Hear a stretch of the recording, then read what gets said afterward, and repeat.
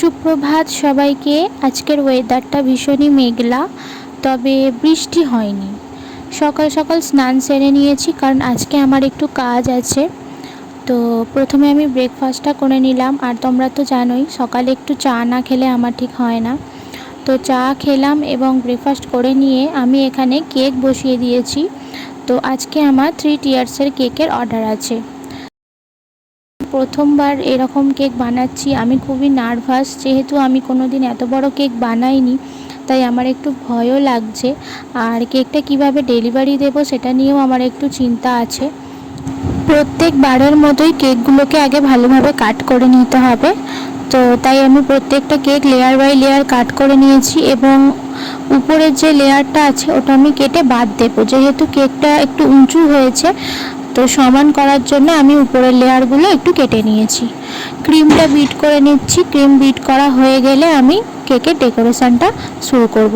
কেকটা 3টে ফ্লেভারের হবে, স্ট্রবেরি ফ্লেভার, ম্যাঙ্গো ফ্লেভার এবং বাটারস্কচ ফ্লেভারের। আইসিংটা করে নিই, তারপরে পরের ডিজাইনে আসছি।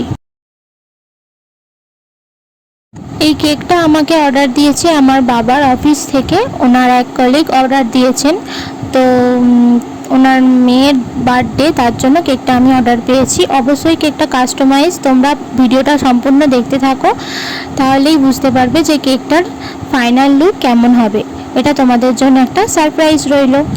অনেক দিন পর একটা কেকের অর্ডার পেয়েছি, তাই ভয়ের সাথে সাথে একটু আনন্দও হচ্ছে বটে, কারণ কাজ করতে ভীষণ ভালো লাগে। আর কাজ যদি না পাই তাহলে আমার ভীষণই মন খারাপ থাকে।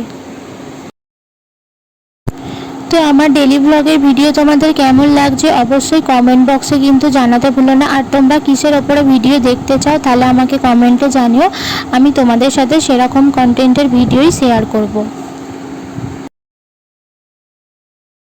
পুরোপুরি ক্রামকোট হয়ে গেছে। তো আমি এবারে কালার দিয়ে আইসিংটা করে নিয়েছি। এখানে আমি 3-4 রকমের কালার মিক্সিং করে কেকের ডিজাইনটা বানিয়েছি। আর একেবারে উপরে একটা বারবি ডল বসাতে বলেছিল, যেহেতু মেয়েটি বারবি ডল খুব পছন্দ করে, তাই আমাকে বারবি ডল বসানোর কথা বলেছিল। তো কেমন লাগছে তোমাদের কেকটা? ভালো লাগলে অবশ্যই লাইক, কমেন্ট, শেয়ার করে দিও। আর আমার চ্যানেলটি সাবস্ক্রাইব করতে ভুলো না কিন্তু। টাটা।